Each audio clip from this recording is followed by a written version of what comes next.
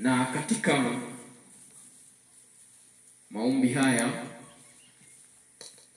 Bwana wakati mwingine alikuwa akisema kwa habari ya nchi yetu, na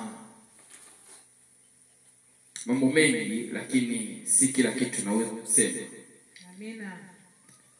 Ila ni kwamba tunapaswa kuiombea nchi, kwa sababu Bwana amesema,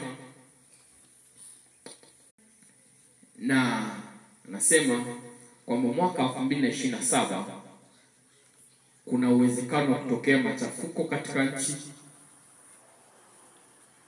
au vita, na vitatokea kwa sababu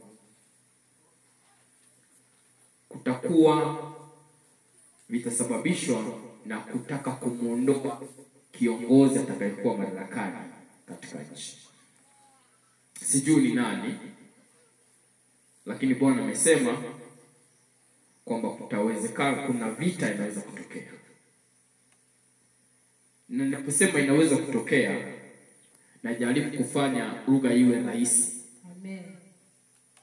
Lakini ni kwamba tunapaswa kuomba kwa ajili ya nchi, kwa sababu vita ikitokea, hata kuabudu kwetu tutakuwa na shida sana. Hata kazi zitakuwa shida sana kuzifanya, kwa sababu kila kitu kinategemeana na amani inapokuwepo. Amina. Bwana Yesu asifiwe. Amen. Kwa hiyo nimepewa unabii na nimekushirikisha ili tuweze kufanya maombi kwa pamoja. Na Mungu akubariki sana.